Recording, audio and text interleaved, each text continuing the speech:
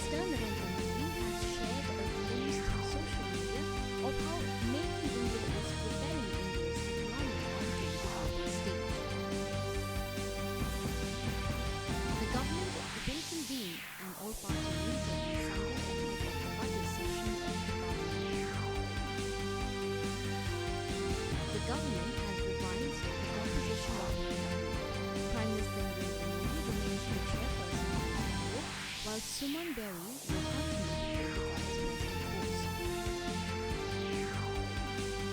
The book Wings to Our Hopes, Volume 1, which compiles 75 significant speeches from the first year of President Draupadi Murmu's tenure, will be released in New Delhi tomorrow. The Ashura